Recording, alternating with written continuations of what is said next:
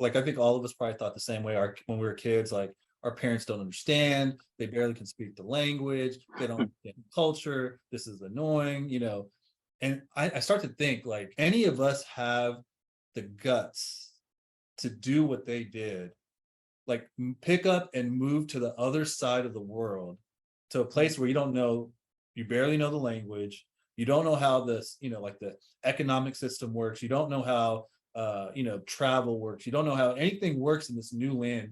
You're coming to this land and you're looking to build a whole new life for your family. Like, could you move to, like, I don't know, just pick up and move to Thailand, or pick up and move to Italy or something like that and just live there? Like, the guts it took for all of our parents to do that, it's insane. Like, it is really insane.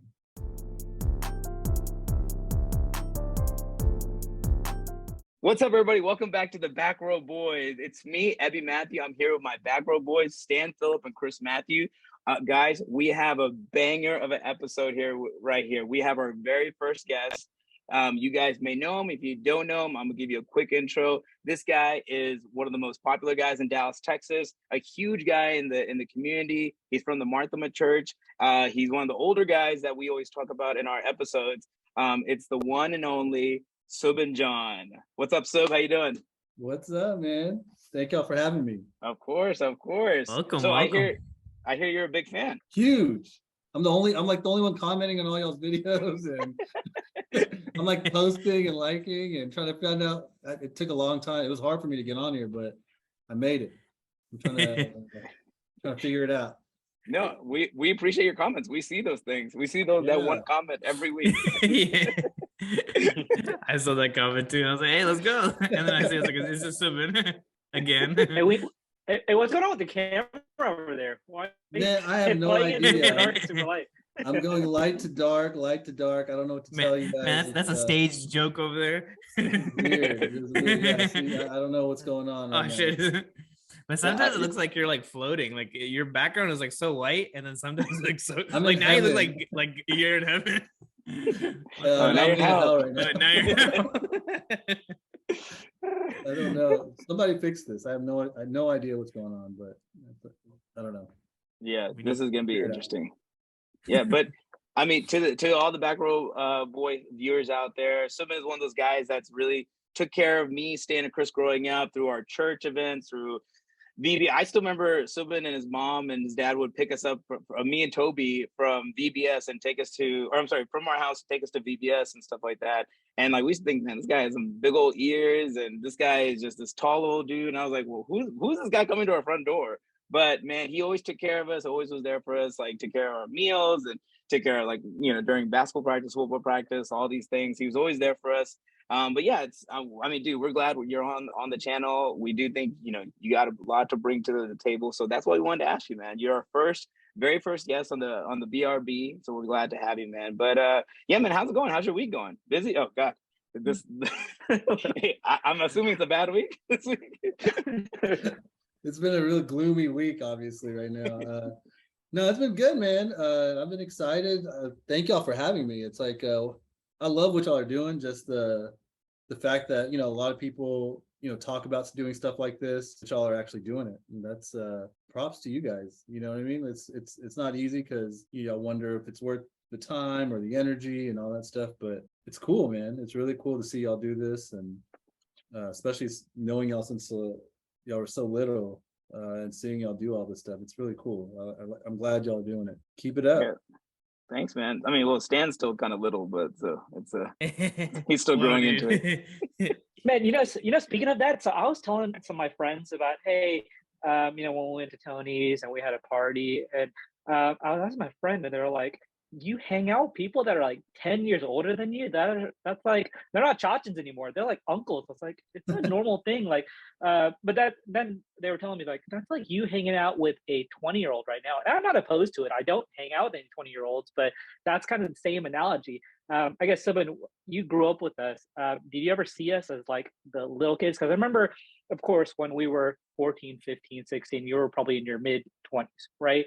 When you were 30 and we turned 21, I remember during your wedding weekend, it was actually Toby's 21st birthday too. And we all went out kind of the night before. And it was so much fun. And I know y'all kind of raised us. Like, of course, we saw you, Tony, and Denny, kind of like our mentors, right? But at the same time, y'all knew how to have fun, and y'all showed us kind of the right way to do it. What would y'all say to, I guess, do you ever see us as kind of the little kids? I know Abby's a little bit older than us, but do you ever see us as like the little kids, or once we turned 21, did you just kind of treat us like one of your other peers? I mean, it was actually, to be honest with you, there's a group of guys that are about 10 years older than us, mentored us and like poured into our lives. Like if Juby Alexander, if Sunu Samuel, Matt Samuel, Biju, Jackson, Vernon, these guys, they're like 10 years, 10, 15 years older than us. We would think the same thing, like, man, why are these old guys, wanting to hang out with us? That's kind of weird, but they would take us out to eat and hang out with us or play football or basketball or whatever with us. What we learned was, all like the stuff that we have, it kind of passes away, right? Like, like if you buy a new car or a new house, the first day you get that new car or new house is probably the best you're ever going to feel with it, right? And day two, you're going to feel a little bit less happy about it, and it just progressively just declines because that's just what happens. Stuff just appreciates. But I think when you invest in people's lives, it always appreciates, right? So I think that was something that what I noticed those guys doing. Whenever I see them now 20, 30 years later, I still have like a deep appreciation for them, for the time that they spent. And so that was just something natural now. That was built into us. That was instilled in us. And I think we just saw you guys the same way. And we're like, man, we want to do the same thing. Here I am on the Backrow Boys podcast. It's pretty cool. That's so true, especially when you say that, because I feel like, I mean, for us, like that's how, you, Tony, Denny are. And even for me, like when I feel like I grew, we all went to church together growing up, and then our churches split, and then we all kind of went our separate ways, but then somehow we got back together, probably through like basketball or football. But I feel like, I don't know how it happened, but I feel like I reached out to you to start working out together. Remember we used to go to Rockwell 24, and I feel like that's when I started to get to know you more, and you probably got a chance to get to know me. But that was a lot of fun, because I feel like back out of the three of y'all, you were probably the most fit. So I was like, okay, let me see if Subin can help me. But it was always funny because every time I work out with Subin, like for some reason we did abs every day, and Subin would always show his abs like while I'm doing it, and I never had it, and I was like, damn it. So Subin's always just lifting his shirt up as I'm like struggling to get like 2 reps in. Good times. Yeah, that was good, man. That was some good work we put in. That's crazy. It's like awesome to see which all you guys are like turning into, like Stan, like in medicine, and all y'all. Like I kind of keep up with y'all on LinkedIn, on pretty much every kind of social media. Y'all are doing something everywhere. So I know Chris is like doing like a manager position at Black Bod, which I thought something had to do with like I thought, I was wondering what that was about. Like what kind of company is that, by the way? Yeah, the name is so weird. I wish we would just change it, but it's basically it's like an autobiography, right? Yeah, is it Black Bot or I think that's like a Black Body. Black Body. This is my own startup. I'm the CEO. Right. And Subin clearly needs to join with this camera over here. Yeah, right now I do. Yeah, I'm fluctuating. Dude, this is weird. I don't understand what's going on with this camera. It's so annoying. Maybe you have like a setting on or something like that. A setting to make it go light to dark? Maybe it's like your emotions right now. It's like connected. Like let's go into like letting the audience know more about you. Wife, kids, I guess how you grew up. Maybe kind of talk about that, and then we'll kind of interject, and then we'll go from there. So I grew up pretty much in Mesquite. I'm probably the only person left in Mesquite that still loves it.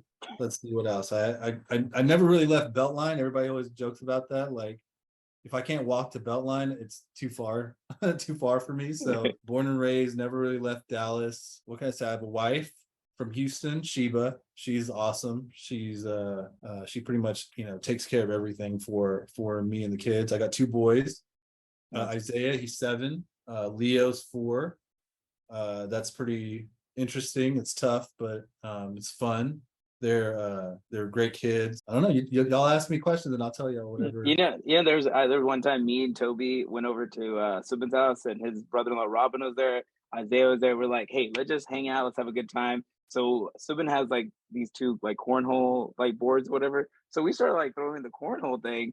and it's me and Toby versus Subin and Isaiah. And like me and Toby, oh man, we're gonna kill these guys. This is nothing, right? Man, Isaiah was killing us.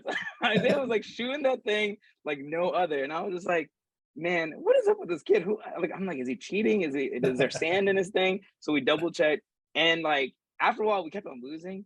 And I never seen Toby so mad at a little kid before. Toby's like, I'm gonna get that little boy. I'm gonna get him. I was like, Toby, calm down. He's 4. Calm down. Relax. Dude, that's crazy. Man, so Dang. I mean, we know Isaiah's he's a hooper. He's kind of like his pops. How did he get into that? Did you kind of have an influence on that, or how did he find that love? So I read, when Isaiah was first born, I was like, man, what makes certain kids go into sports and other kids not? Or how do they, is there a way to direct their interests? And so I read this random blog online, and it was like, it gave like all these like little tips that you could do to kind of guide them towards interests. And so I pretty much tried it out on him, and I pretty much followed the book on it. And it worked. Like, it was like extremely over the top positive reinforcement. Like every time he would shoot a basket into the hoop, like me and Sheeb would like cheer. We would be like, running around the house, like screaming, like, so his initials are like IRJ. So we would be like, IRJ, IR. And so if he hits a shot, he would wait for us to chant it. And so he started like connecting that emotion, that feeling of like love and the game of basketball, started connecting it at a young age. And so from there, I just, kind of started slowly stepping back, and he would just kind of take it, he wouldn't want that. He didn't need that reinforcement anymore. He would kind of just do it on his own, because he was just now interested in just shooting the ball or dribbling or whatever.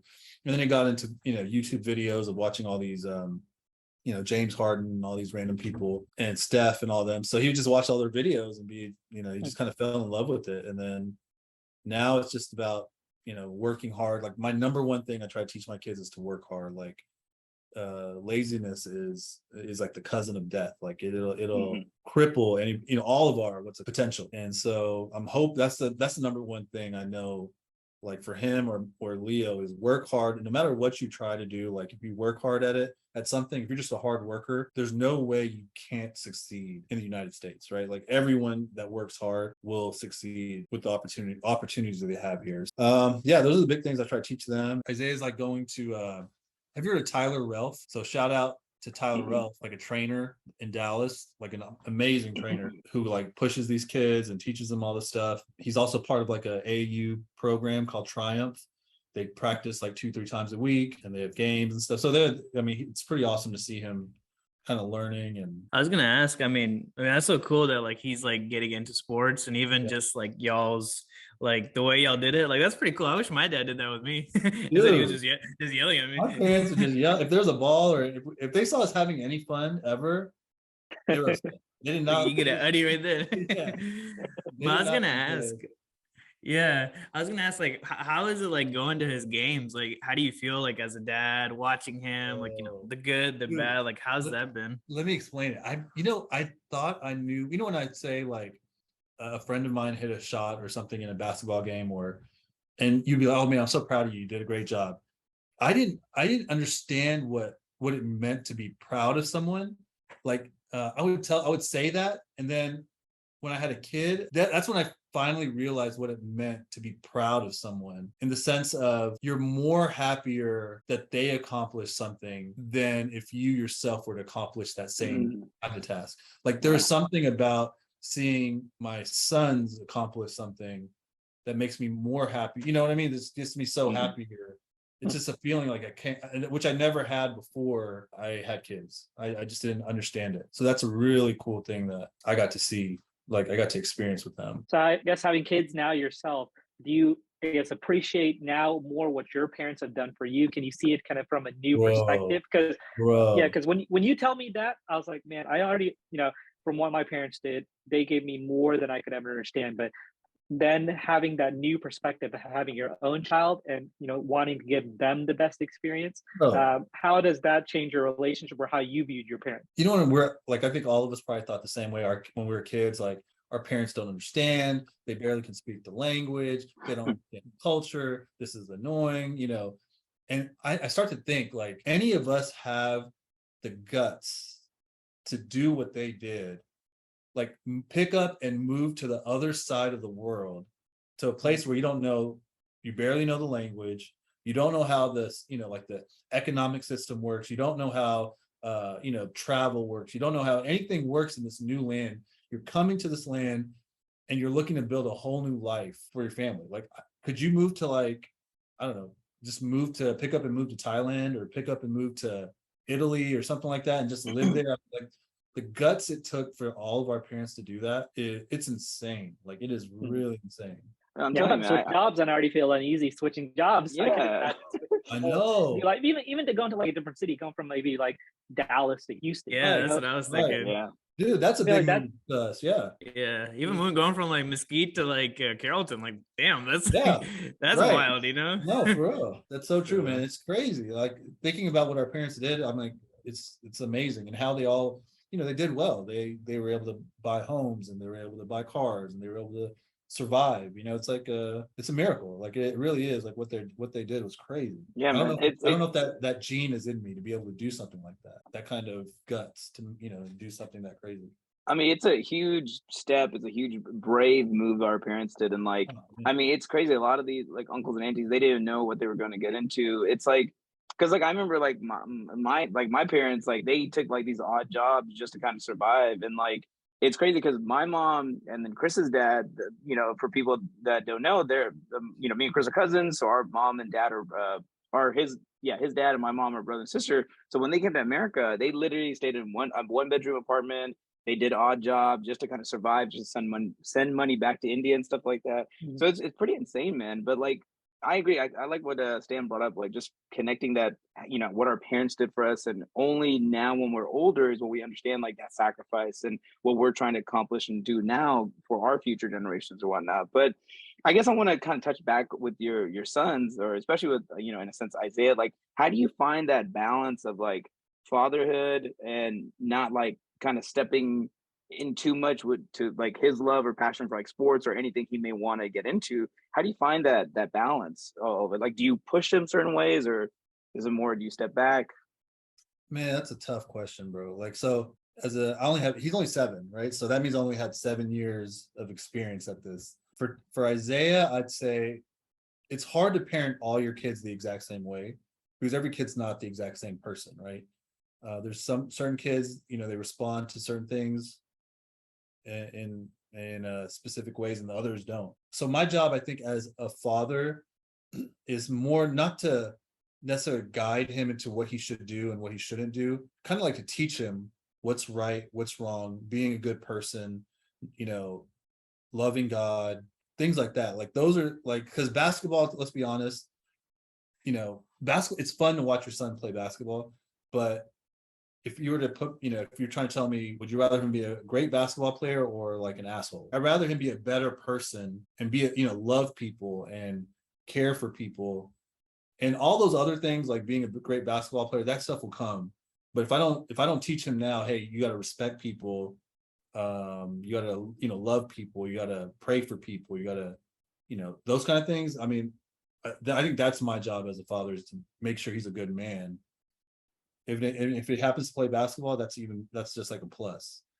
But if as a father, my biggest thing is that I get him to play basketball, I think I failed then as a father. If the biggest thing I taught him is dribble a ball and shoot a ball into a hoop, then I think I failed if that's it. But yeah, just teaching him to be good, man. Teaching him to love people. That's love people, love God. The rest doesn't matter as much. Yeah, I feel like being a parent is just like so overwhelming. Like there's so many like aspects of it. Like, you need to make sure they're healthy. You need to, like you were saying, make sure they're a good person, but you also want them to not be lazy. Right. So it's like there's so many like different things, and I don't know, it's just tough because it's like you can do everything perfectly, and then things can kind of still like maybe not go as expected, or there can be like those issues, right? Like, how do you, like as a parent, feel like not let those pressures like get to you or like phase you, because some things you just can't control, right? Like, how do you just go about that? First of all, you got to pray for these kids, man, because like they're like in a different world. Like I know, like, you know, y'all are 10 years behind, about 10 years younger than me, give or take, right? But school for you guys compared to what they're going through is totally different. Like it's not like, it is a different world. And they're exposed to so much more so earlier, you know, so much more earlier than we were. I think it was my sophomore, maybe my freshman or sophomore year in college is where I actually had like legit Wi-Fi, not like dial-up internet, right? So, you know, imagine looking, you know, going on a website and it's downloading slowly and all that stuff. And internet was brand new back then, and nobody really, you know, I never thought it was going to be like this kind of thing. But now, like, everything is on an iPad, everything is on wireless, Bluetooth, all that stuff. So they're growing up in a different world where they'll accidentally watch a video of like, oh, like here's an example, like they love watching basketball highlights, right?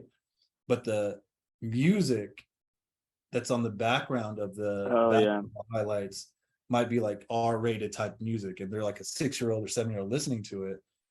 And so trying to figure out, okay, you know, that's trying to tell them, hey, that's a bad song, don't listen to that, or turn the volume down and you can watch the video, like things like that. You're trying to figure out. It's tough. I mean, I know some of my friends, they don't let their kids watch any kind of video, and I don't blame them for it. I mean, it's, you know, you can get poisoned easily by, you know, just clicking on the wrong thing. I mean, you can get exposed really quickly to it. So gotta be careful. In regards to the technology that your kids use, of course, they're living in a whole different lifestyle where I feel like technology is a must. Is there a way that you kind of balance the how much technology they use versus, hey, you got to go outside and play, like you can't just be on the phone or the iPad all day? Of course, you know, I grew up with a lot of technology, and one of the things I always thought was parental controls, and I was like, who the hell uses this? Do you actually utilize parental controls on like limit the screen time or things like that, or you just let them kind of do whatever they need to do?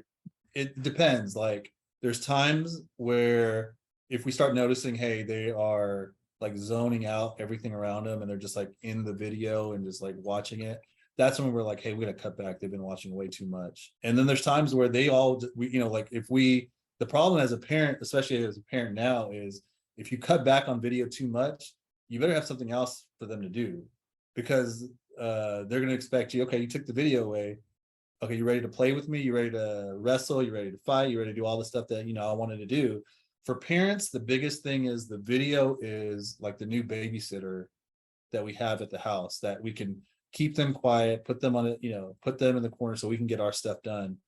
But it's scary because it's like a secondary parent that's like teaching them who knows what when they're watching these videos and stuff. So I think it's really dangerous. Like you got to be careful about how much, you know, you should be careful about what your kids see, because once they see certain stuff, that you can't go backwards after that. Once you see it, you see it. You taking notes, Chris? You taking notes? Chris, you ready, man? I heard. Congrats, bro.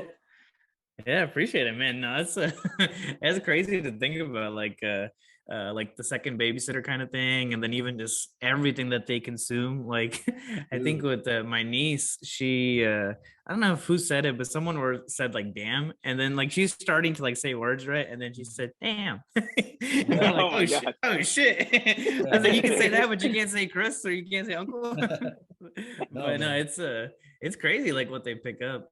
It is, man.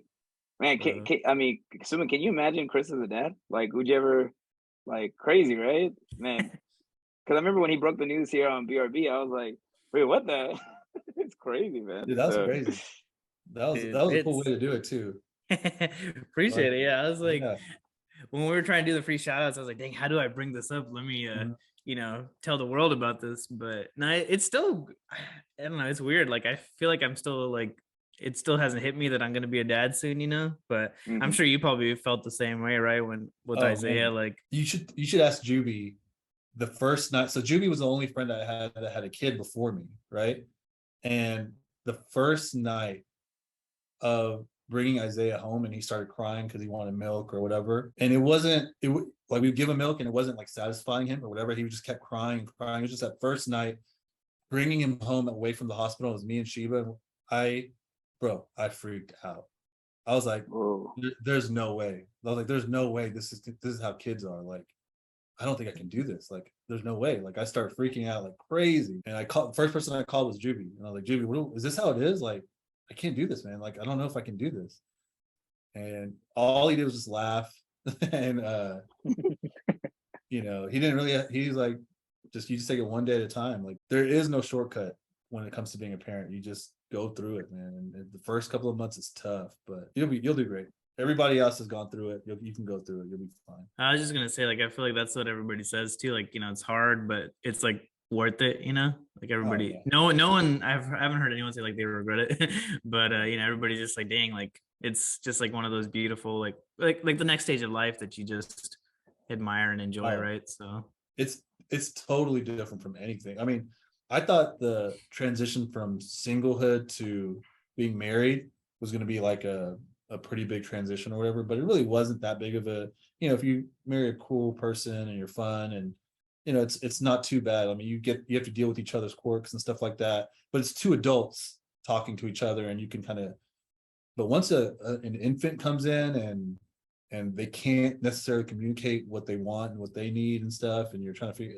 that was a big wake up call. That was scary, but man, there is nothing like it. It's an amazing thing. Dang, getting me pumped up. Are there things you wish you could do now that? Whoa, what's getting pumped up, bro? What's chill. Man. Whoa. We're gonna have some more BRB babies out here. Oh god, wrong emotions, Debbie. Wrong emotions. No, I was saying, is there things you wish you did before you had kids that you really don't have the opportunity now? Do you feel like you can still travel as much as you want? Of course, I think that's more limited, of course, because you have two more heads to take care of. But what are things that you, I guess, with me and Eddie, you would tell us to do now while we have the opportunity to do before we're not going to have that to either? Man, so Chris is pretty much getting close to the tail end of his freedom. Like where he's going to be on lockdown for the next, you know, like once kids start school, you can't, like, it's harder to travel because you can't allow them to miss school anymore and stuff like that. And bro, travel like crazy, go see the world. And then also I would go and make friends with other circles of people. Like I had a predominantly Malayali circle of friends, right? And I wish, looking back, that I invested more in more relationships that were non-Indian, non-South Indian, South, you know what I mean? Like, not only is it just Indian, it's like specifically Kerala, Christian, Malu, Marthama, Dallas. Like, it was like such a tight circle of people that I would hang out with. And there's this whole world out there of people that you should be investing in, you know, finding people and investing in these relationships with people that are coming from a totally different background, because you just never know how those people can really like change your life. You know what I mean? Like you can learn so much from them, and just people with different life experiences. You know what I mean? How would you say to do that? So I feel like it's so difficult, especially after you're done with, you know, school. I guess school and church are really the two big avenues that I see to kind of meet people. Right. I guess I don't know if anybody can answer this, right? But how would y'all say is the best way to meet people now, just besides work, school, and just friends, you know, is besides saying what's up to a random person when you're at the grocery store? It's really one of those things. It's hard to meet new people just in general once you don't have the social aspect of school, the social aspect of church, or things like that. So I don't know what y'all's thoughts were there. You should try out AIM. I don't even know if that's around anymore. I mean, Chris, you're not wrong, because AIM was, back in the day, AIM was like the group chats, and you can jump into different rooms and stuff like that. You just met random people like that. But for me, I remember when I finished college, I had a job opportunity in Atlanta, and at that time, you know, I was only known Dallas, only known Denton, and, you know, only known, you know, church and our surrounding, you know, Dallas areas, like just friends that way. But for some reason, something was telling me I need to go and just kind of experience this or whatever. And so, you know, I talked to my parents, they were cool with it. So I was like, you know what, I got nothing else on my resume. Might as well just, you know, take this job opportunity and just do it for like a year or 2 years and just kind of come back. And even though I was like, you know, about to take that leap of faith and just go do this job, I was still super nervous. And I remember like the week before, maybe a couple of days before I was about to leave, I had dinner with Subin and Sheba. And like, I still remember I was like, in my mind, I was like, man, I'm going to be a totally different person. I'm going to be not that like the goofy guy. I'm just going to be cool and just like sophisticated and like maybe intelligent, all these things that I'm not here in Dallas. So I was like, let me just try this. And I remember someone said, Abby, I know exactly what you're thinking. You're going to want to change everything about yourself. And he said, I don't blame you, but don't change, be yourself and you'll be totally fine. And so I took that advice and just ran with it. But I mean, to answer that question, Stan, I mean, I think a lot of it just takes like a lot of courage and just, you know, kind of getting out of your comfort zone. Because I think now, like one thing I remember, like my parents would say, and no, like, you know, knock on my parents, but like just Malayali parents in general, they were like, no, just hang out with your Malayali friends, hang out with your Indian friends, like people that look brown is, you know, people you need to hang out with. And I never understood that. So the more and more me and Toby will bring our like white friends over or black friends over, like they started getting more okay with the idea with things. And it's not like they were like, you know, I think coming to America, they were just afraid of everything. They were just scared of like, oh, what's going to happen to this situation and that situation. And like, I mean, even a lot of times, like our parents didn't even like say much at their workplaces. Like now that we have more of like a foot in the door, we have more of like, you know, we're willing to stand up for what we believe in.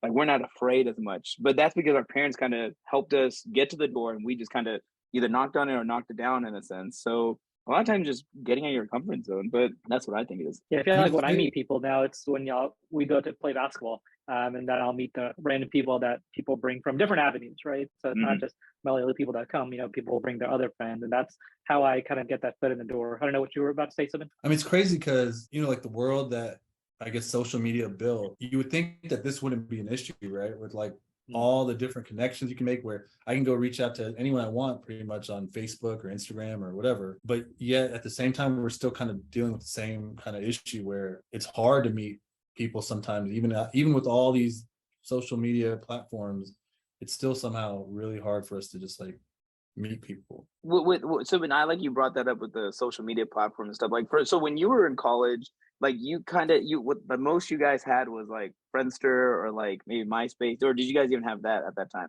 No, so my senior year of college was Friendster. And so there's MySpace, but nobody really, I never got into MySpace. I was like, it was hard. Like, I don't remember anyone ever saying, hey, check out my MySpace page. I don't remember that being something that people ever said, right? But I do remember when Friendster came out. And it was like, you could see somebody that liked your picture. And I remember I was like, whoa, this is interesting. Like you could like, but then it was like, if you clicked on a picture, you would know, somebody would know that you clicked on their picture.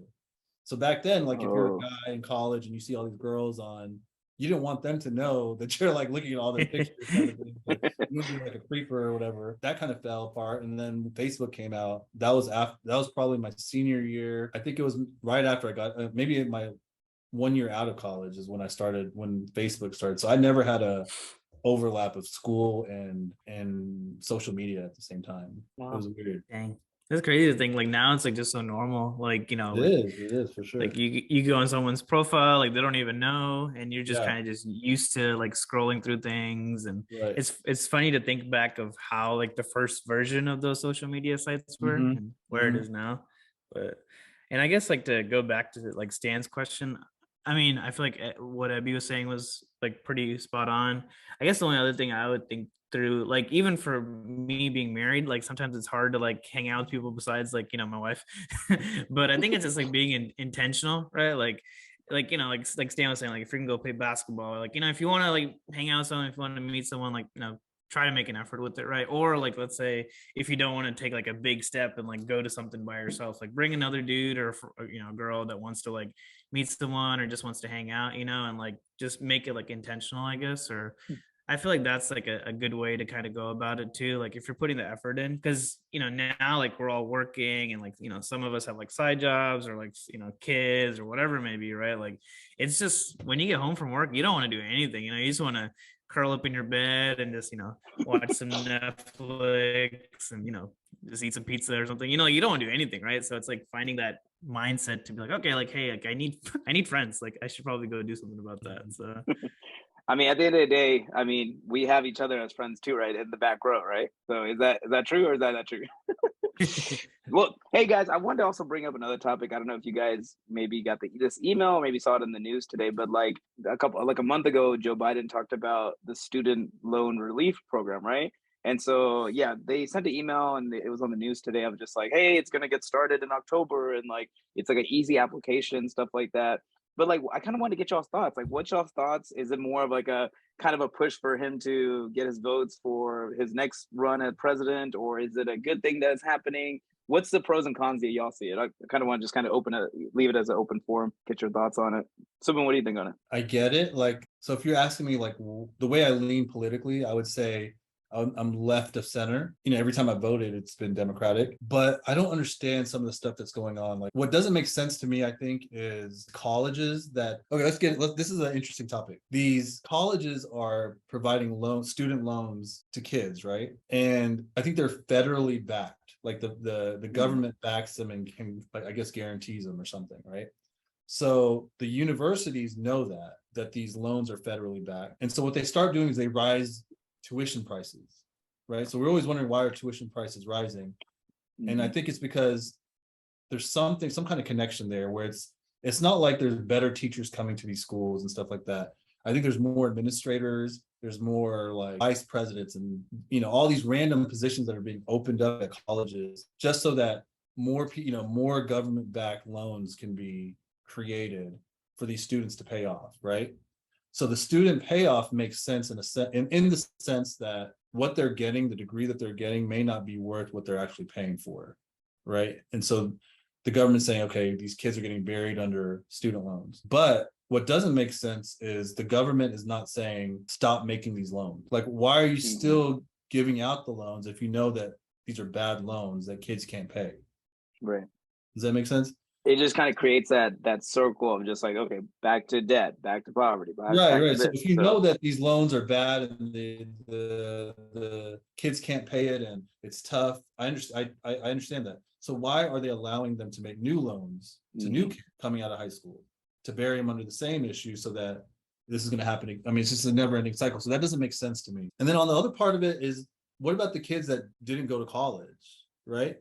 That they said, you know, I'm just going to go to a trade, pick up a trade or whatever, be a plumber or a, whatever, electrician or whatever, didn't get student loans. Do you feel like they're getting slighted in some way because they were like, man, I don't think I can afford college. Maybe I want to go, but I can't. So I'm going to have to do some other job. And now they're finding out these kids are getting their loans repaid. I mean, I feel like that they kind of get a little screwed over in this whole bit.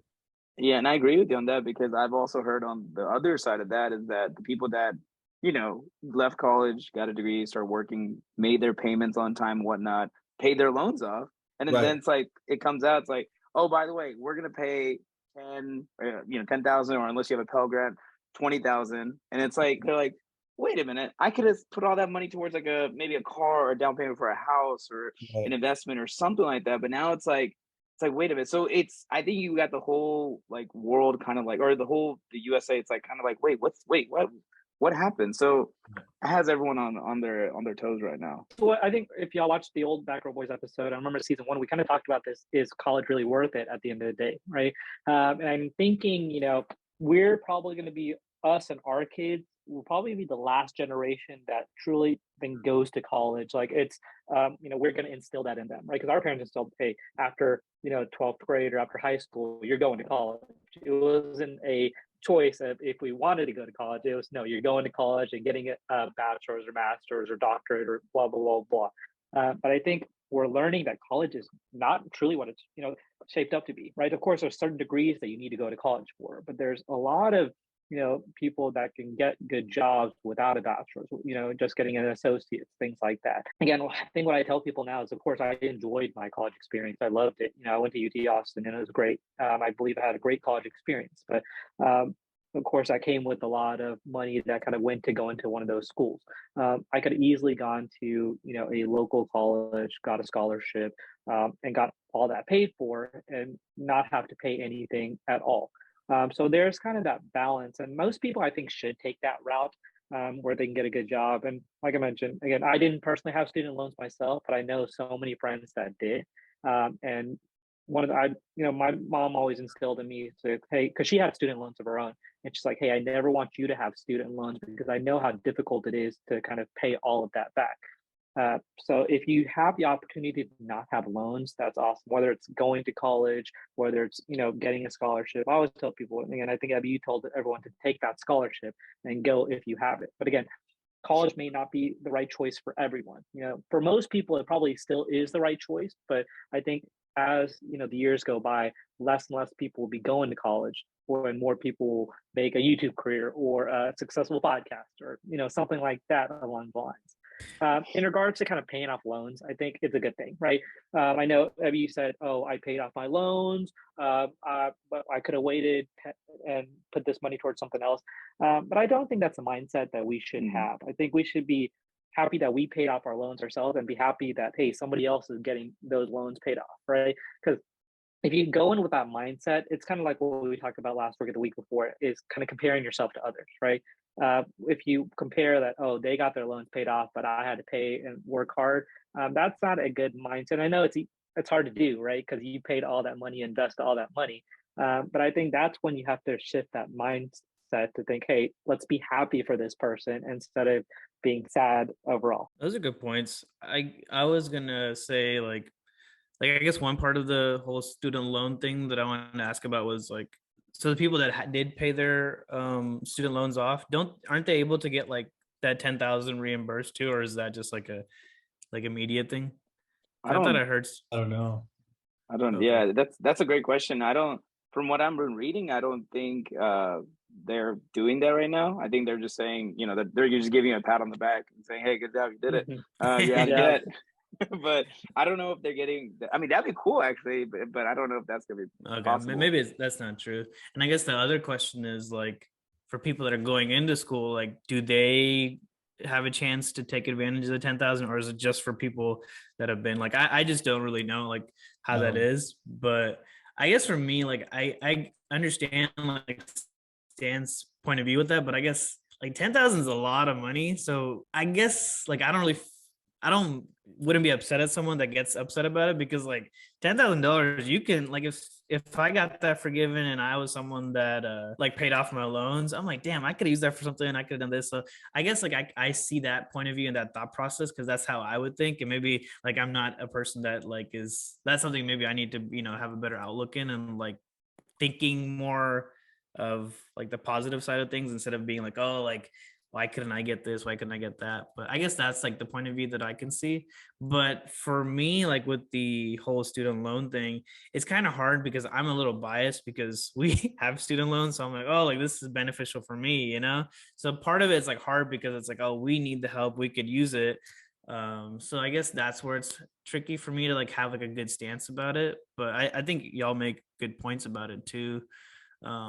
And I guess the other thing I was gonna ask was like, even just with student loans in general, like what mindset like do you guys feel like, for some of y'all that have paid it off and some of y'all that haven't paid it off, like, there's like two ways, right? Like there's like the Dave Ramsey way of like, hey, like, like snowfall and put all your money into it and pay it off. And now people are saying like, hey, don't do that. Like actually, just pay the minimums and put that money that you would pay to your loans, put that into something else. Like, what's y'all's thoughts on that? Just because I feel like that kind of talks about the whole student loan thing, but also kind of like a new shift of how people are using their money, or, I guess finances and stuff.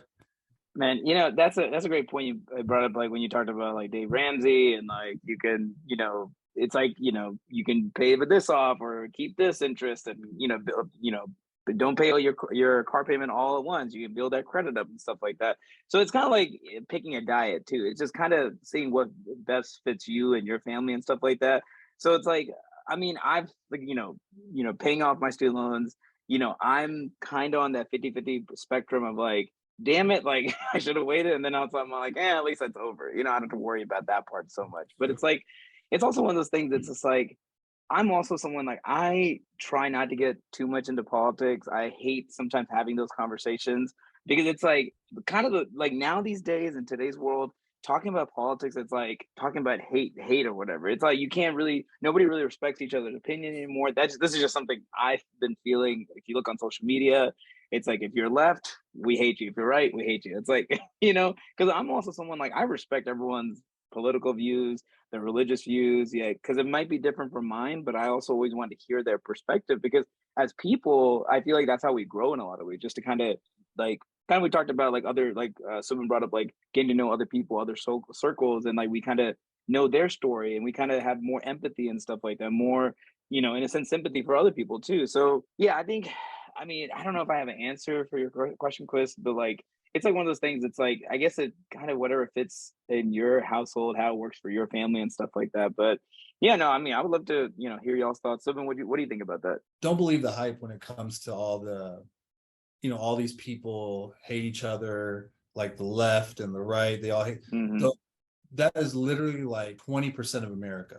Yeah. The problem is that 20% is probably the most active on social media. Like they post and comment on every little thing. They have nothing else going on in their lives. So the overwhelming majority of America is like, you know, 80% really don't care that much. Like they care, like we had this discussion about, you know, like Stan said, me and him may not completely agree, but what he said makes complete sense to me.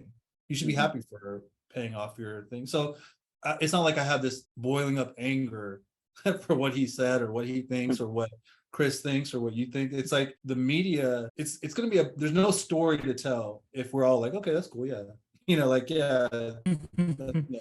So there has to be some kind of conflict that makes the story worth reading. So all the people that post on social media are the people that are hardcore left or hardcore right. You know what I mean? And they drown out all the other voices, because most of us probably wouldn't take the time to even respond on a thread of a video that we see on Instagram or whatever. So I think there's like, even with us four, we all may have similar ideas, but you know, there's stuff that as a Democrat, there's a lot of stuff I disagree that Democrats do. And there's a lot of stuff that I agree with Republicans, but then there's a lot of stuff I disagree with Republicans that I agree with Democrats. So, I mean, most of us are somewhere in this middle, in the spectrum of the center somewhere.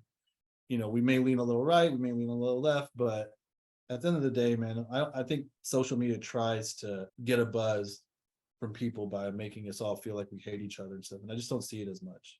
All right, guys. Well, hey, I mean, this has been some crazy topics we've been talking about. It's been fun kind of get into a little bit more of Subin's thoughts, Chris and Stan's thoughts. But I kind of had a question for you. I kind of want to play a little icebreaker game, or I don't know if it's an icebreaker at this point, but we'll just play a little game. So pretty much what it is, I kind of want to hear y'all's thoughts about, I don't know if this game has a name for it, but we'll just say dinner of three. And so pretty much in this dinner, we're all going to pick two people that, alive or dead, that we want to have a dinner with. And it's not one-on-one dinners. It's not them having dinner. It's all you and these two other people at a round table, just chopping it up, shooting the shit, and just talking. And so we're going to hear what you I kind of want to hear what y'all's thoughts and who you would want to kind of sit with. So I'll kind of open it up. Whoever wants to go first, go for it. And then we'll see who everyone has. I'm kind of interested. Yeah, I'm gonna take the first swing. Okay, go. All right. My first person that I would like to have dinner with is the Mamba himself, Mr. 81. You know, the 5-time NBA champion, Kobe Bryant. So the reason I would pick Kobe, you know, obviously he's just has such a legacy. I think the best thing about Kobe, or one thing I admire about him, is just his mindset. So I'd love to just learn about that from him, or just ask him questions, you know, because he's always like, the way he talks about things, the way he sees things is so different from like normal people. Like, you know, he wakes up, only sleeps like 4 hours a day. He trains like four times a day, right? Like, I want to understand, like, how do you do that, you know? And then I also want to know like stories about like, hey, what happened with you and Shaq? Or like, hey, did you really have that sex scandal with that girl? Like, what'd you do? Whoa. You know, like I want to know these things, you know? You think he's going to tell you those questions? He's not. Yeah, I don't think he's going to tell you that. He didn't tell me. Okay. We don't know if that's ever a true or false thing, but he signed NDA. He paid off that woman. We don't know what happened. Okay. I just tell me, like, I won't tell anybody. Just tell me, or just, you know, do like a hand gesture if you think it's right, yes or no. But hand gesture, he's probably just gonna do this, like, oh yeah. I was like, oh, you can do it to me now? Oh god. Oh gosh. Yeah, y'all like that? Are y'all jealous that I have Kobe and y'all don't? Kobe. Oh yeah, I'm jealous. Of course, it's Kobe Bryant. Hey, but real quick, R.I.P. R.I.P. Sorry. Yeah. Can I ask you a question? Why Kobe over other like NBA greats or sports greats? Like why not Jordan, or why not LeBron, or why was it Kobe out of all of them? Yeah, I mean, when I started watching basketball, Kobe was the first person I watched. So I think he Mhm. was playing against the Bulls and he had his afro. And so I just always was drawn to him.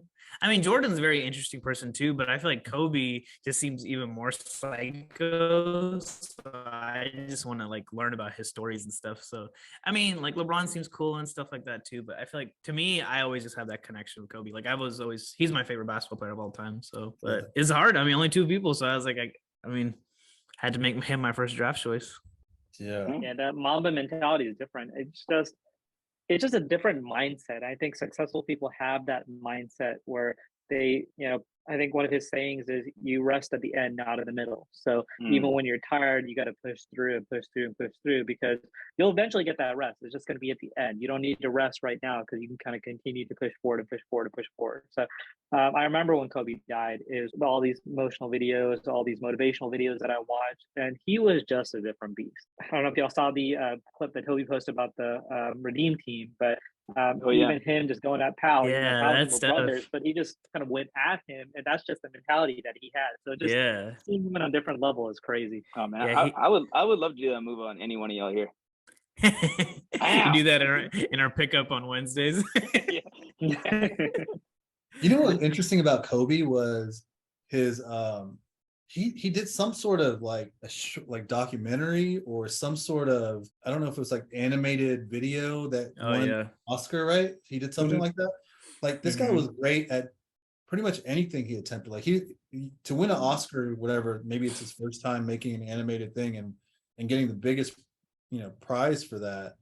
Like it was like excellence was just like wherever he would go, excellence was just like chasing him. You know what I mean? It was just he was he was saying too with like movies, like since he was starting to get into that after the basketball and stuff, like he would watch like a movie like multiple times in a row because he's like, every time I watch it, like I see something different or I notice something different or I see something new about the characters or a story. And I was like, man, like that's so crazy. Like who thinks like that? Who has the time to dedicate to be good at things like that, The other thing I was going to bring up with Kobe too, that I like, one of the stories that I like. So do y'all remember when Devin Booker, it was like summer camp and there's like this clip where like they double team him in like a pickup game and he's like, man, we ain't double teaming pickup, we're running pickup, we're just trying to get better. And so someone asked Kobe the same question. He's like, hey, did you get double teamed in pickup? And he was like, yeah, all the time. And he's like, what would you do about it? He's like, I'd tell them to send the third one. And I was like, damn, like that's such a badass like mentality, like to be that confident in yourself. So I just want to learn that, because to me, like, I guess stepping in a little bit further, like I'm not the most confident person too, so I would love to learn from like someone I think is super confident. Like I feel like he could probably teach me ways to be like more confident, just things I do too. So I think that'd be cool. Yeah, I'll go next. So I'm gonna go with another guy who has just a lot of work ethic, and I just wanted to get him before Evie stole him. It's my man, The Rock. Dang it! So I know Evie's probably gonna take him, so I just wanted to make sure I swooped in there. But again, the big thing about The Rock is I actually seen that growth from, when he first started off in the WWE to kind of the mega star he is now. So he just had that grind. Of course, he had that familiar background. I watched Young Rock, and that kind of gave another perspective of his life as well. But just seeing him kind of as Rocky Maivia to the Rock that we know, to the movie star, the Scorpion King, and just seeing that work ethic. And the crazy thing, as the years gone by, he's just gotten bigger and bigger and bigger. He's more like a boulder than a rock now, right? But it's just crazy to see that work ethic in regards to kind of sleep. I think they were asking him like how much sleep he averages a night, and he said about 4 to 5 hours of sleep a night, because I think he gets up at 3 and he'll get 2 workouts in before anybody else is even up. So just seeing that work ethic is just something that I always strive to as well. Of course, I feel like I have good work ethic overall, but just hearing stories about Kobe, hearing stories about The Rock, and seeing how successful they've been, it makes me kind of want to do that as well. And that goes to show you that, you can start out from anywhere as long as you have, of course, Rock had the work ethic, but the other thing he has is not just his physical body, is his charisma. So I've watched a lot of YouTube videos where they show like when he's talking, and I feel like I do that now. If you ever watch a Rock talk, he'll move his hands a lot. So he'll be like, "Yeah, so this is what I did. I love blah blah blah," and like he'll very animated about it. So I think I've used actually that technique when I talk to my patients in clinic or just outside. Me watching YouTube videos, I'll try to use it in person. So when I'm talking to people, I'll use my hand motion to be a little bit more animated. And I think subconsciously in the other person that gets a little bit more reaction out of them. And it's just those small things that I've learned from The Rock that I've used kind of in my outside life as well. Of course, one day, hopefully I'll be a big movie star and I'll remember you guys, but it's not work ethic. You remember it. Yeah, I'll bring it up with me. All right. Well, I mean, I'm glad you explained this whole hand motion. I was kind of getting worried for a while. You kept on talking way too much in your hands. So now it makes sense. Dude, Rock is a good one. He can sing. He's so talented. Like he could do it, he could do it all, man. But the problem is that if me and him were sitting at a table, we wouldn't be able to see you. You'd take up the whole table and you'd be like I'll be sitting in his lap. What the all right. There's a pebble on the Rock's lap. It'd be like The Rock and the Kevin Hart, basically. Oh yeah. Yeah. Mr. Johnson, could you give me some life advice, please? I was gonna say, Stan, are you gonna ask him if he's a natty or not? I probably would. I mean, you'd probably break me in half, but I'll take it. It's worth the risk, right? No, but I feel like there's so many things you could ask him, right? So about fitness, about life in general, about work ethic, about how to be very charismatic. There's so many avenues that you can go for The Rock with, and I feel like he could give so much advice because he started. I think one of his biggest stories is there was one point he was almost broke. He had like $6 or $9 in his pocket. We're gonna see go for $7. So go from $7 to multi-millions of dollars he has now. It's just crazy to see, and that goes to show you that like Subin was saying at the beginning, we live in America and we have so much opportunity. So definitely don't be lazy. There's always something that you can do. You just got to put your mind to it. There's so many avenues, and if you really put your mind to it, you can do anything. Oh yeah, yep, that's true. Man, that's true. Not critiquing The Rock. No critiques. Or no, I mean, I don't think I have any critiques. I mean, I think we all like The Rock. Yeah, we all like Kobe and The Rock, so it's tough. Like these are cool people that anybody would want to have dinner with, right? Yeah, who wouldn't want to? Yeah. All right, so I'm gonna go ahead and go. So obviously The Rock would have been my first one, but hey, kudos that you took it, you loser. But okay. But so my first person I would like to pick. This might be a surprise to y'all, but I've always kind of watched his videos, his interviews, and always kind of like want to know more about this guy. So this guy is Tom Ford. So he's fashion icon. He's a filmmaker. He's like a well-rounded guy. So I got into like knowing him a little bit through obviously YouTube and just watching some of his interviews. And he would be on Jimmy Fallon, Jimmy Kimmel, and all these shows. And there's something about the way he talks. It kind of keeps like grabbing me, right?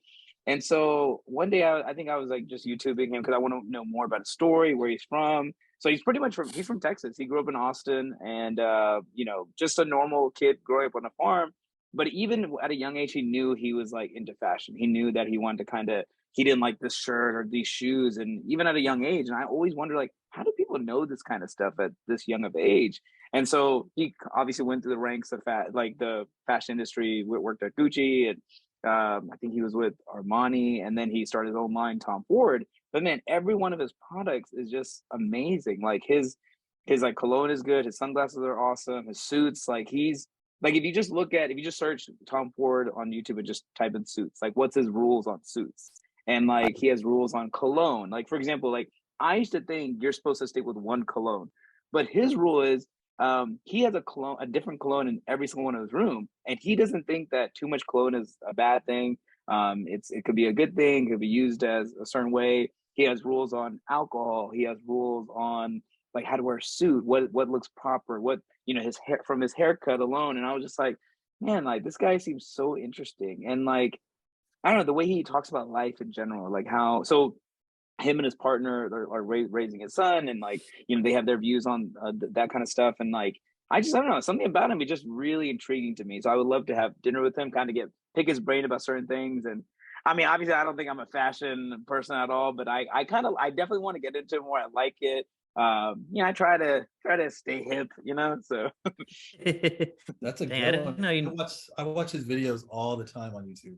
He has Yeah. like these Oh, wow. short like videos of how to dress, like daytime dressing versus nighttime dressing, or at a formal event, and then afterwards. I love watching Dang. them. That is really, Yep. it's really, really Wow, cool. I didn't know this much about Tom Ford. I'm surprised you guys know so much about him. Yeah. So here's another fun thing I learned from Tom Ford. He thinks two things. He thinks men should never wear sandals. I break that rule a lot. He says a man should never show his toes or whatever. And the second thing he always says, like, a person, man or woman, should never say the word awesome. Like this is awesome or that's awesome. Oh my god, this is so awesome. So I took that word out of my vocabs, but I've noticed the more I've taken it out, the more I'm trying to put it back in a weird way. Because I've kind of realized, okay, I need to say this in a different way. Like, oh, hey, good job, or oh, that's awesome, or no shit, that's great. See, That's it's like grand. so ingrained in me. Loser. Loser. Yeah. So you want a guy that's like a high fashion guy, sitting across from you, maybe do a makeover or something. That'd be kinda cool. Yeah, I would love No, it that'd to be take really him. cool. Yeah. He seems like someone that would be very critical of you too, though. Like if you hang out, Oh, I feel like yeah. I'd be sad after that. Oh, I'd be crying You'd the be entire like- time. You look But at I feel Eddie like you need Skelton, people you're like that. I say you need people like that to be critical of you, right? Because I think we were saying, you just can't have yes men in your life. I think the only way you grow is, people kind of tear you down and give you that feedback, right? And I think there's a lot to tear down about you, Evie. There's a lot to tear down.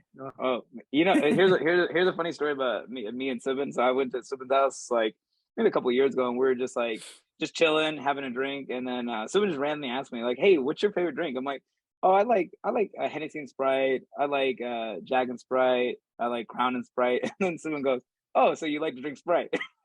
I was like, "Oh yeah, I guess I do like Sprite." That's right. I think y'all missed it. I think all three y'all had good picks, but I think y'all totally missed it. I got the person, Dave Chappelle. Oh, that's a good Dave one. Chappelle. First of all, y'all don't even understand. Like the Dave Chappelle show was right like my sophomore year in college. Okay. So most of us came from Indian people, Indian homes where our parents didn't have cable or anything like that. So we went off to college. The first time I actually had cable TV, right? And Comedy Central would come on, and this show, people would, no matter what you were doing, if you had class or you had work, or you would figure out a way to watch. First of all, the Dave Chappelle show, that was like that's probably the greatest show, probably one of my favorite shows of all time. Wow. Second, this guy can entertain you at a table all night with stories. He will tell you stories about who he hung out with, what he did, the variety of stories, and the idea that I would be laughing the whole night, right? And then probably the other reason I'd probably pick him is I don't know if there's a harder thing to do than to try and make people laugh. Like people are funny. Like when we talk, me and Evie says something and I laugh. It's just part of our conversation, just part of what we do. Same thing with Stan or Chris. There might be times where I'm trying to make them laugh, but it's not my job. And going up on a stage where you're in front of a bunch of people that paid a bunch of money, and they're like, make us laugh, entertain me right now by speaking, not by doing any singing or dancing or acting. I want you to tell me stories, tell me something that makes me laugh. People that do stand-up comedy, like the guts it takes to stand up on a stage and do something like that is unbelievable. I cannot imagine standing up in front of people and trying to get them to laugh. And I don't think anybody can do it like Dave Chappelle does it.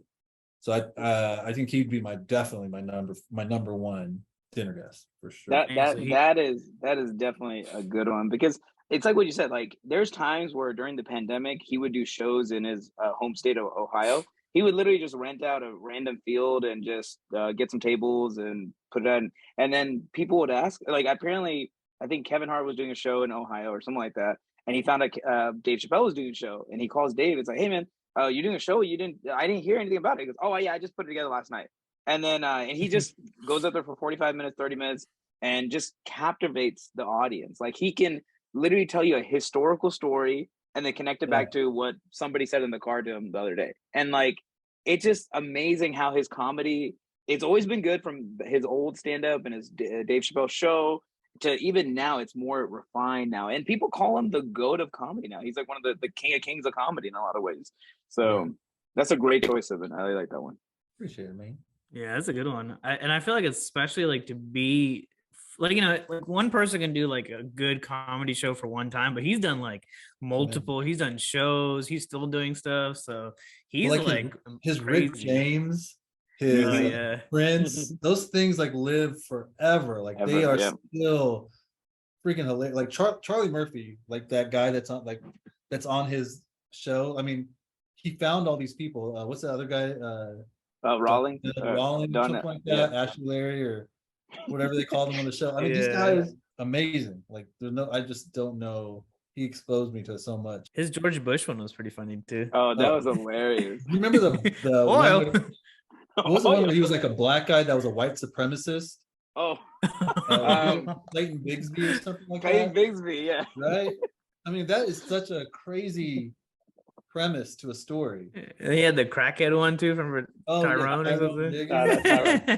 Oh my God. And I don't know if y'all ever seen Atlanta. Atlanta had an episode where there was a black guy, and they were talking about transgender, but he was like trans race. So he's a black guy that identified as like a 35-year-old white guy. And they're like, his mom was like, he is not white. His name is Jerome. It's pretty crazy, man. But one of the things I wish I got to see, especially in as an athlete.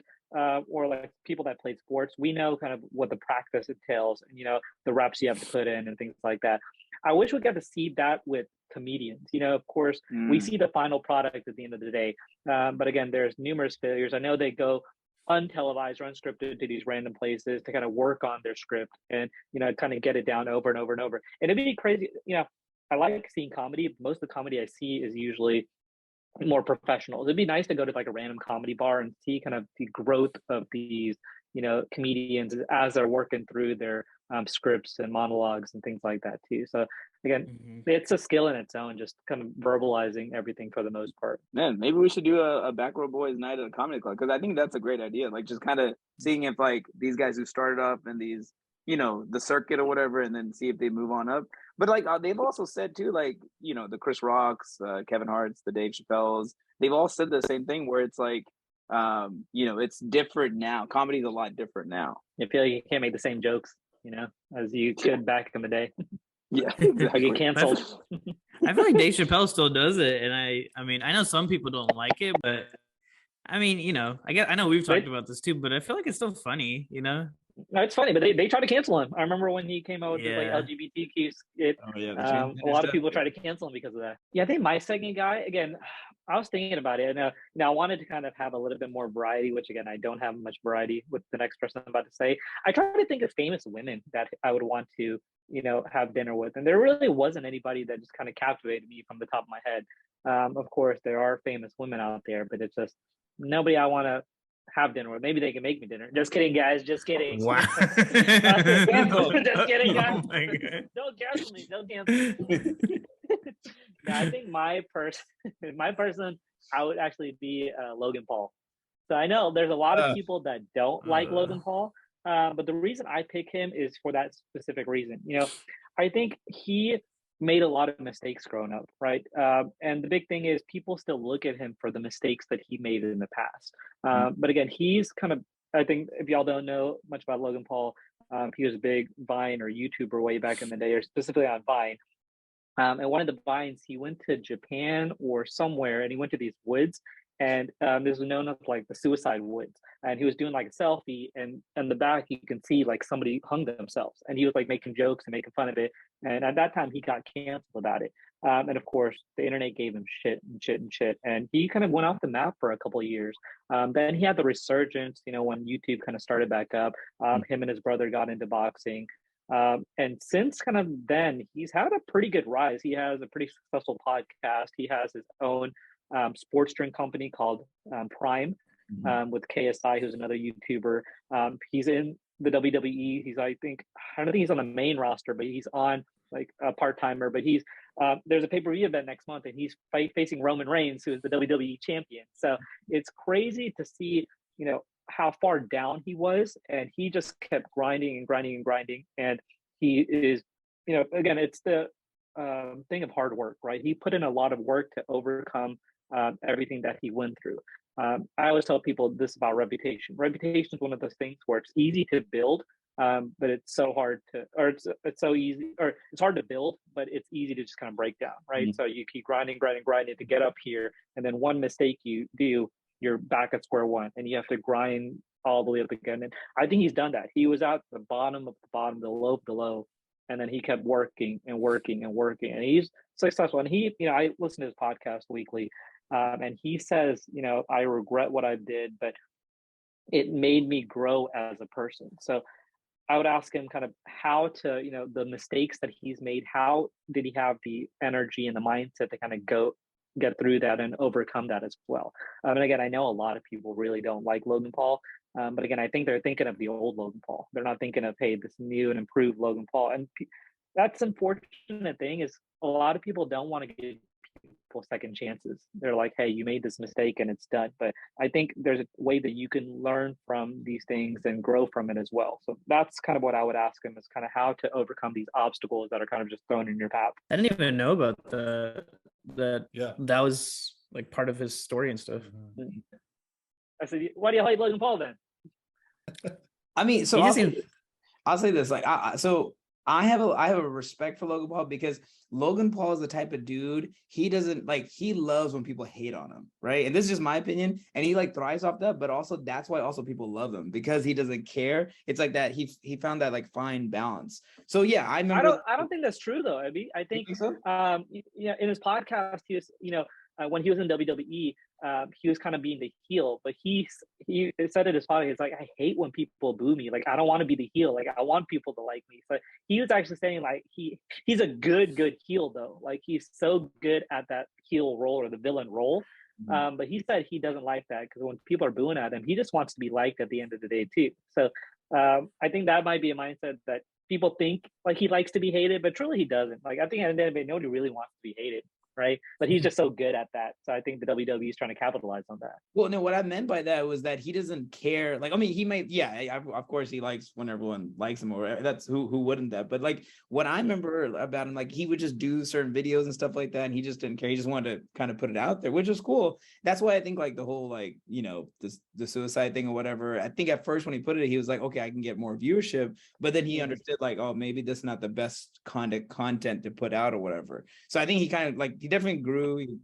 He did disappear for a while, and then he came back into boxing, and then it's like, because I'm not a big fan of his brother either, Jake. I hate Jake. Jake is like, he's just more annoying. But Logan, the problem child. But Logan's cool. I mean, I have a lot of respect for him. I mean, there's moments where you don't like him. There's a couple moments I think he's kind of like stupid funny. Like, I don't know. So Stan mentioned like he's gonna fight Roman at the next pay-per-view, and Roman was like, I'm the head of the table, and then Logan's end line was, I am the table, and I was like, I am the table. One of them ran at the same time. Oh man. No, I definitely like him more than Jake. I think I associate them two together, so that's probably the reason why I don't like Logan as much. But I don't know, I don't really give him a lot of credit for a podcast or like a drink and stuff, because he has, even if he went through that like whole time where he got off, like, this dude still has millions of followers, like, I feel, maybe this is like, obviously none of us have millions of followers, but I feel like if one of us has 1 million followers, we could probably start a podcast that's successful, or we could, maybe not a drink is kind of hard, so I'll give him a little credit for a drink, because it's like Gatorade, Powerade, that's a pretty competitive market. But I wouldn't give him too much credit for that, just because like it's kind of easy, and he's also, to me, he also seems like a very privileged dude, like, I think one of the Vine videos I saw, he had a nice house, and like he was like, doing some crazy stuff. So I think that's the other reason I'm like, this dude's like bound to be famous, like his life has just made him for that. So I guess that's why I don't like him as much. Mm-hmm. Yeah, I think listening to a podcast gets you, into somebody's life a lot more too. Because again, if somebody listens to our podcast, they probably learned so much about us that they've never heard before. We talk about things in the podcast we've never talked about. So I think it's the same with Logan. There's episodes of Logan Paul's podcast, I learned so much about him and kind of the things that are going on in his mind as well. So I think before I listened to his podcast, of course, he had a lot of followers before that. Before I listened to his podcast, I was the same way. I was like, man, this guy's whatever. His YouTube videos were funny. I liked watching them, but watching his podcast gave me a new perspective on kind of the person that Logan Paul is. So again, I'll try to find a couple episodes that I'll be like, hey, watch these episodes, and like the way he talks, the way he presents himself. There's one episode that he talked about his mistakes that he made in the past. If I can find that one, I'll send it to y'all. And that's a good one to watch because he kind of goes in depth about kind of all that as well. So, but again, I understand exactly where y'all are coming from too. But that's why I threw him out there. I know it's a little controversial pick. Do you know Logan Paul? Subin, do you know who that is? Yes, I know who that is. Is he too young for you? No, he's good. That's a good one. I like the way you kind of prefaced it, where he had that fall, I guess, which I didn't know about either. When he was on Vine or whatever the platform was before. So yeah, coming back from that, you can learn a lot about a person. So that's interesting. That's really interesting to see that. I like that, actually. I like that pick. My second one is a tie between two people, and I don't know. I'm trying to figure out who to pick. So there's a guy on. Have you ever watched the Joe Rogan? I'm sure y'all have the Joe Rogan podcast. Mm-hmm. There's a guy that was on there named David Cho. Have you heard about? Have you seen this podcast? Is he a chef or? I don't think so. It might be some other. He was like a professional like hitchhiker. He basically hitchhiked across America. And then did like some of the craziest things I've ever heard. So that podcast, if you ever get a chance, if you want to hear probably the greatest podcast episode, like where I'm just enthralled, like I'm like hanging on every word. It's this guy just telling his life story, the stuff that he's done. You know, I am so interested by this guy. He's like an artist. He does like, I think he paints like using like spray paint cans and stuff like that. Most of his life, like there was a story about there's like some sort of dinosaur that's still alive in the middle of the Congo. So it's like a random, they call all the people, the locals there say it's like a big dinosaur that still lives there. So he was like, okay, I'm gonna go find this thing. So he goes off to the Congo and gets lost in the woods for days trying to find this thing, this animal, and then he ends up living with a tribe of people that he comes across there. Like, I mean, the stories that this guy talks about in that one podcast made me go and look up pretty much everything he's ever done on YouTube, online. And this guy he literally, like, for 10 years was a hitchhiker. He just lived off on the road, would hope somebody would pick him up, take him to another spot, live with random people. I mean, it is a crazy, crazy life that this guy lives. So it's either him or there's a guy named Malcolm Gladwell.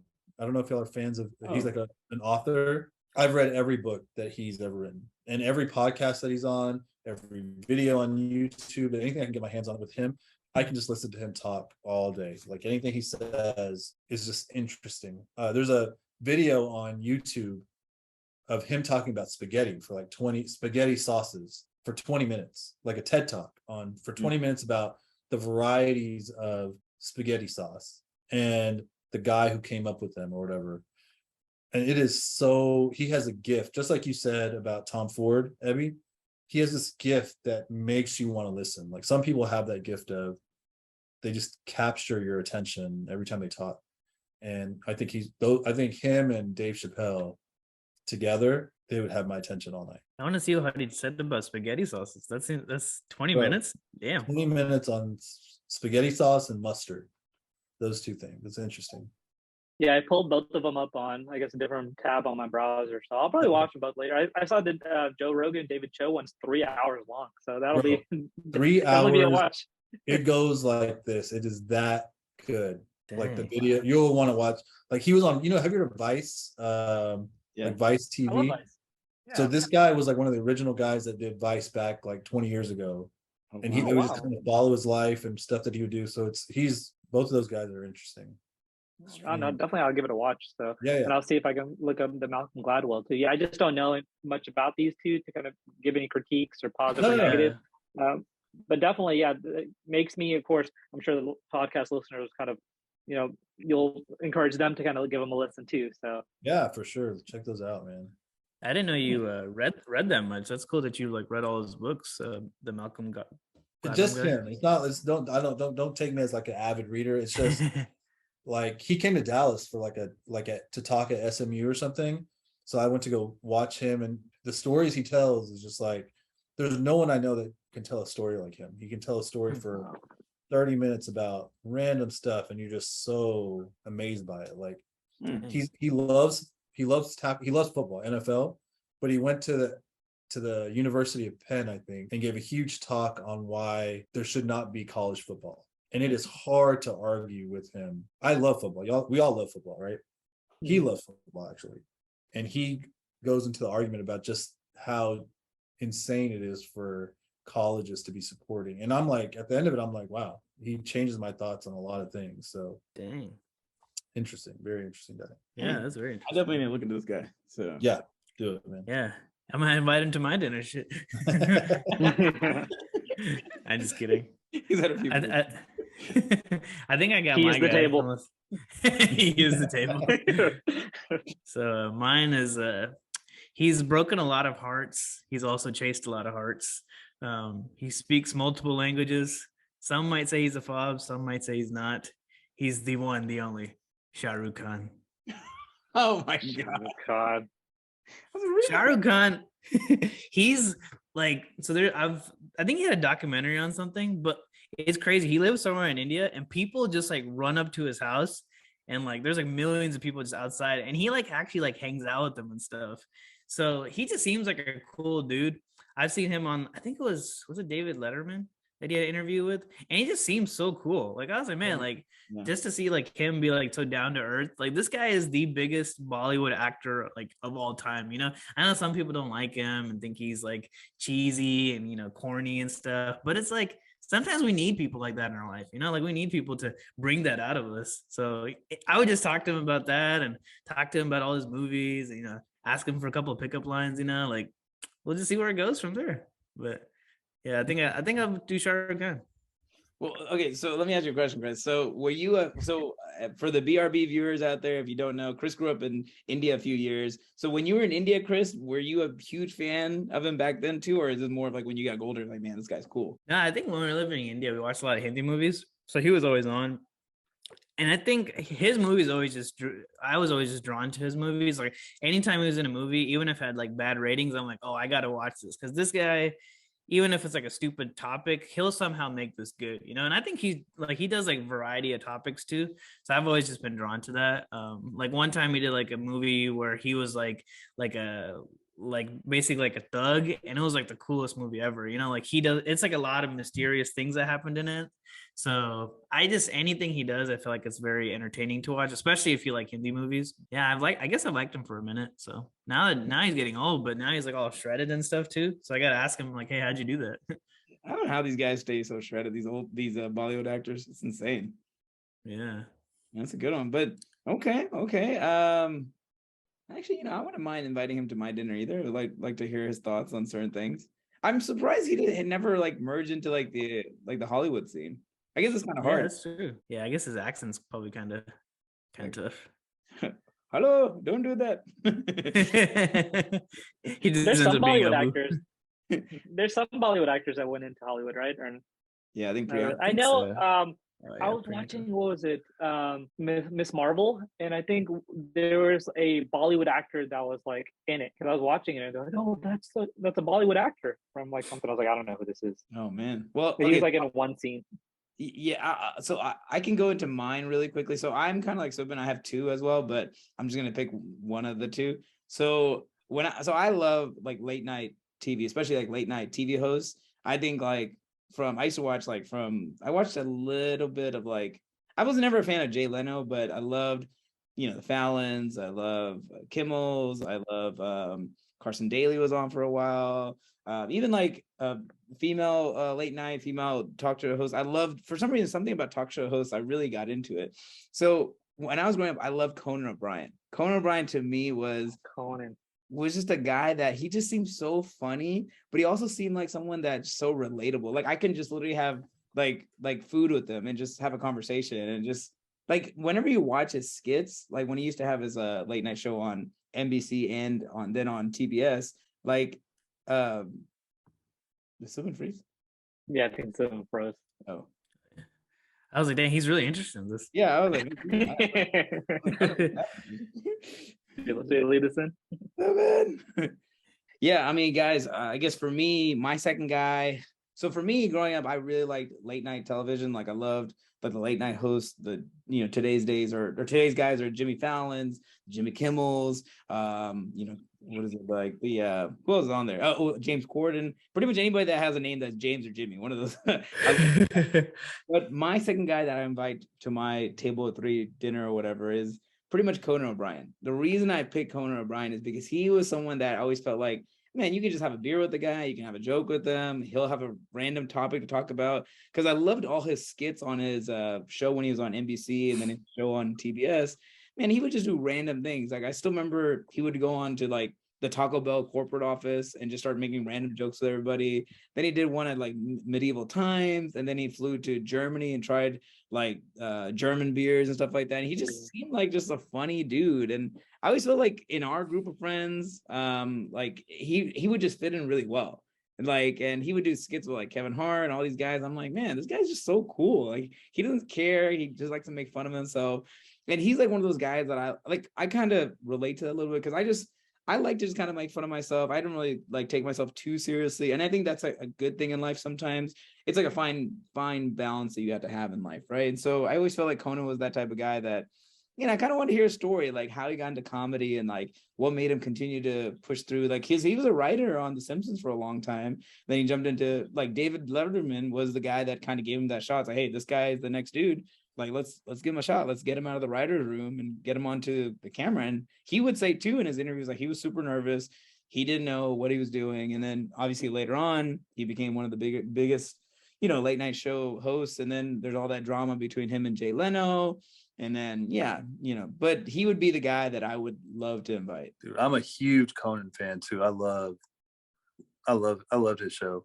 Mm-hmm. Him and Jordan Schlansky Schlansky. Those are some of the best, man. Like he's so funny, dude. Those skits were one of the best. So like super smart too. I think he went to Harvard, right? Yeah. Mm-hmm. Dang, he's like, I think he's like a valedictorian of his high school, and he went to Harvard. So he's like a genius as well. I remember I watched the interview with him and like Wilt Chamberlain, which is wild. Wow, was that like long time ago? I'm assuming. Yeah, it was like in the 90s for sure. It's crazy. Dang. Yeah. I want to see what he looked like back then. Oh, it's some old stuff back then. But I mean, Conan was the type of guy, it didn't feel like it was forced. Like I love Jimmy Fallon, but sometimes it feels like it's not super genuine. But Conan was like, he'll tell you if you're not funny. He'll tell you, that's cool, that's stupid. Like he would give you your honest thoughts. So you never have to worry about what he really felt or whatever. But yeah, that's my table pretty much. I think my table's the best. I'm just gonna say that out loud. So Tom Ford and Conan. Interesting. Tom Ford and Conan. So you got Tom Ford and Conan. Yeah. The Rock and Logan Paul. Stan. And then Kobe and Shah Rukh Khan. You don't gotta say it like that, okay? They'll mesh. Subin's what? Joe and Dave Chappelle. Dave Chappelle. Mm-hmm. Yeah, two guys named David on your table. There you go. A little biased there. Well, you know what, guys? This has been a really fun episode. So we have a little fun like last game for you. So we're pretty much do this thing with our guests. It's called rapid questions. So or rapid fire questions. So we're gonna ask you a couple questions. Just want to get your thoughts. So the first question is, what's your favorite food? Pizza. Ooh, okay. What's your favorite sound or noise? Sound or noise? Rapid fire. Oh, sheesh. Okay, how about our Keurig making the coffee in the morning? Ooh, that's a good one. Ooh, dang. What's your favorite curse word? I like them all equally. There you go. Good PC answer. All right. I don't discriminate. What profession other than your own would you like to attempt? Probably. I've always wanted to be a waiter.